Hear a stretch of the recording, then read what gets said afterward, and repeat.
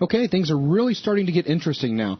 At this point, everyone knows how to create some basic shaders over in RenderMonkey. Yep. We know how to implement those shaders in our application. Into our C++ application. Over in Visual Studio. Yep. And now we've created a shader class to help manage shaders so that if we have a bunch of them, it's very easy to get those basically associated with the objects that they need to shade, if you will. Now let's go ahead and jump back into RenderMonkey and see if we can do some more interesting things. What we're going to do this time around is take a look at that Phong lighting model again. And see if we can create that ourselves. So basically we'll have a more complex shader by the time we get done. Right, starting from our Lambert shader that we made in the past. So let me go and switch to this next slide here. The Phong lighting model. You saw this back in the lighting lesson way back, and we're kind of going to revisit this just a little bit. Our Lambert already has n.l, which is the normal of the surface to the vector pointing to the light. Right. Now we're going to have to take into account V and R. R being the reflected vector, and V being the vector to the viewer. Now in this case, let me just kind of go over how we're going to calculate these. The vector to the viewer is actually really easy. All we need to do is take 0, 0, 0, which is where the viewer is, always, and minus that by the position of the current point that we're sampling from. And that will give us our vector V. Okay. And we simply normalize that, and we got it. The reflection is simply going to be the normal multiplied by the dot of N and L, and then minus that with the light direction, which is L. And that's going to flip this around. Exactly. So let me go over into RenderMonkey now that we have... Oh, and finally, once that's done, we take that to the power, specular power. And then we take that and multiply that to the specular, and then we add that to the diffuse, and we're done. And there you go. Then we have specularity. Specularity. Woohoo. So let me switch over into RenderMonkey and quickly look at our preview. This is what we have so far. Simple Lambert. Just a single light. We can see that there is indeed shading. No specularity, no specular hotspot or anything. And let me start out by adding a few extra variables that we're going to use here. Some global variables. One's going to be the the specular color. So, specular.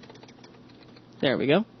I can spell, really. It's okay, Joe. And also a specular power, which is simply a float. So, float, and then this is just going to be specular power. All right. Now, let's see. What else do we need? One other thing is the eye position. So let me go ahead and add this in here. And as I mentioned a second ago, the eye position is always going to be at 0, 0, 0. As long as we don't multiply that by the model view matrix, we're all good to go. Okay. So let me go ahead and do that. Change this over to FV eye position. Like so. And of course, we're going to not give this to the artist. To an artist, no. Specular power, we'll go ahead and give this to the artist. So let me go ahead and go over into our shader editor here. And let's add in our global variables that we've just added. So our uniform vec4 is going to be specular. And let's go ahead and add in our float that we just did. So float f specular power, or just specular power, excuse me. And let's see, what else do we need? We also have our uniform cloud sampler. Let me just kind of clean this up a bit. All right, now another thing we're going to need is the view direction. As we saw before, we have that vector v that we need to calculate. So let me go ahead and copy and paste the light direction. This is going to be a varying something, a varying type variable.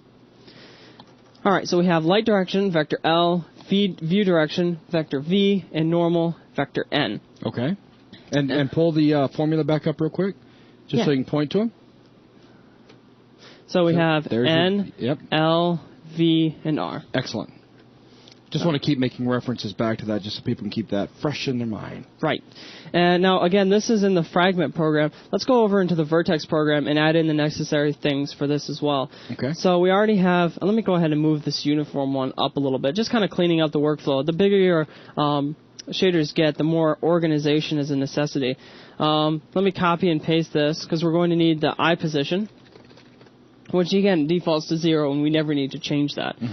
So we have our eye position, we have our text chord, we have a normal, light direction, we also need our view direction. So, view direction. Alright, so we start out, we transform the current position, we get the texture coordinate, we modify the model view object's position, model view matrix multiplied by GL vertex. The light direction, we transform it properly. We all saw this before, and simply our view direction equals the eye position, which again is always going to be 0. That's right. And since we're not multiplying it by the model view matrix, it's always going to work. And then we just take minus that by the object position dot XYZ. And that's going to give our vector V. And normal is set. So let's go ahead. Yeah, we're in good shape. Let me go ahead and switch over to our fragment shader here. All right. Let me clean this up just a little bit because I'm going to need the normalized normal later and the normalized light direction. So let me slap these in some variables here.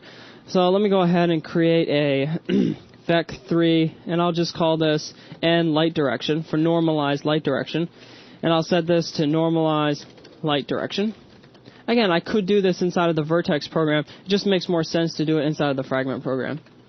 And then I'll go ahead and do n normal, so normalized normal. Sounds kind of weird. And then I'm going to get the dot product or facing ratio. And this is really easy to do. I can simply take the dot product of the n normal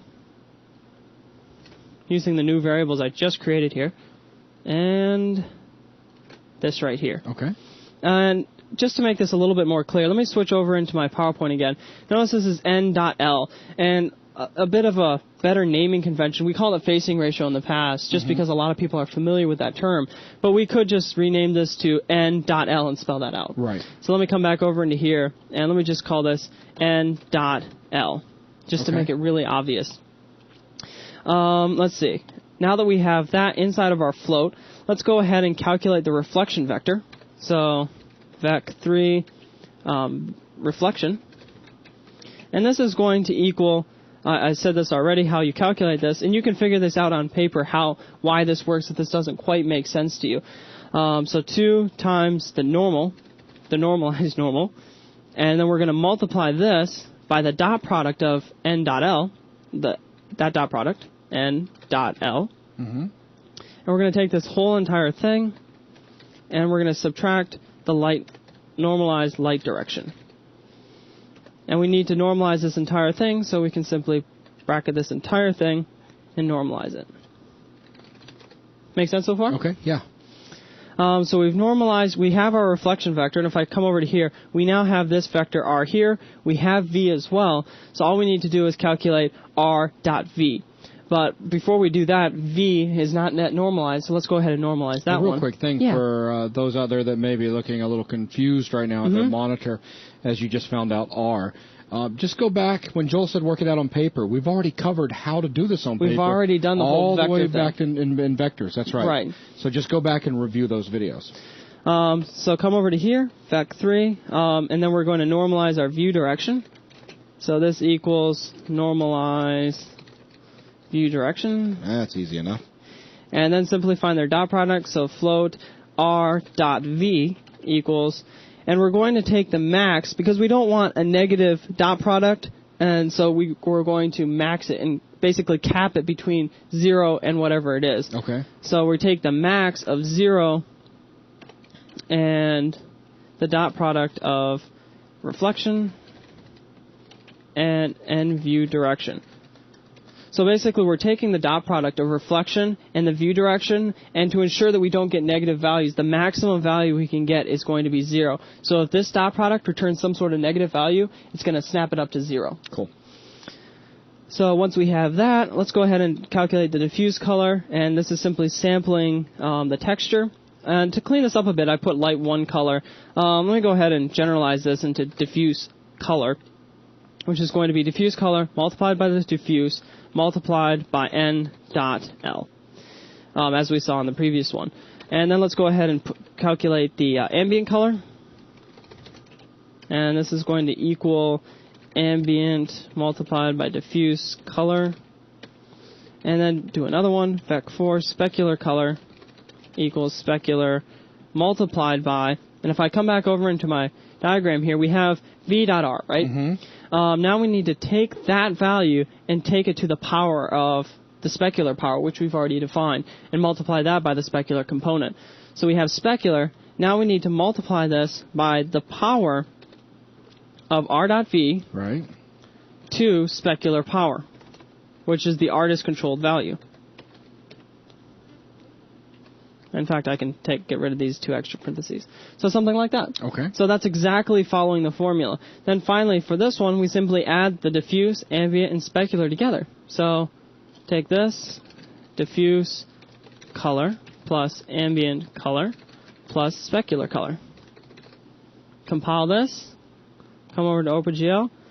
All right, so we have a little bit of a problem here. Interesting stuff. Check it out. Our specular highlight was way too big. Check it out. Yeah. So what was happening is when this is 0, the specular highlight is going to be absolutely huge and cover the entire thing. Right. So this tightens it up a little bit. And we can clamp this from, let's say, maybe 2 or 1 to 50 or 100. And just check clamp from. Yeah. So now it's going to clamp it between these two. Sweet. So we can tighten it up. And let me just come back into here a little bit more. All right, what if I did this? Let me just look at the specular component. And I come into here. Notice, we now have just the specular component. And this is interesting because we could split it up if we wanted to into 3 passes and do it the ambient, diffuse, specular, etc.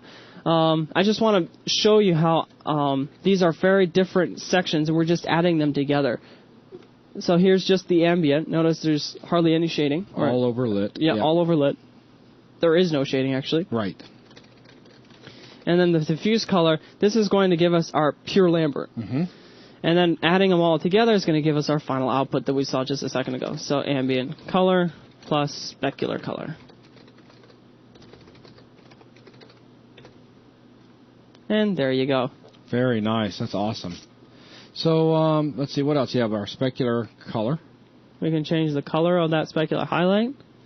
We can also change the ambient as we saw before. And again, eye position is always going to be 0, 0, 0. Right. Otherwise, I think that's everything. Changing the size and... Yeah, so if we wanted to make it bigger and a lot fainter, it would be just take the specular color, change it back more to white and darken it up. Exactly. And then take that guy and bring him up.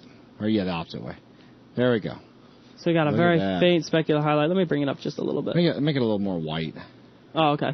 So take it to white and then drag it down towards grays. I can do it really. There you go.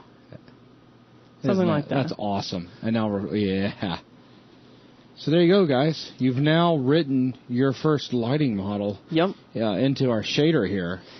How cool is that? Yeah, by following a formula. Yeah, that's even more cool. Yeah, no kidding. So that really opens things up if you get on the internet and you start searching for different lighting models. You have anisotropic, blend, just a myriad of other lighting models that you can now implement into your own applications. And of course, you can do a little experimenting yourself and come up with some very crazy and interesting effects. Now, that's going to pretty much wrap it up for this video. In the next video, we want to take just a couple of minutes and talk about bump mapping and see if we can get a little bump mapping action to take place as well. That's right. So, again, it's going to be quick, but we did want to introduce it. Yeah. So with that, that's going to wrap up this video. Thanks a lot.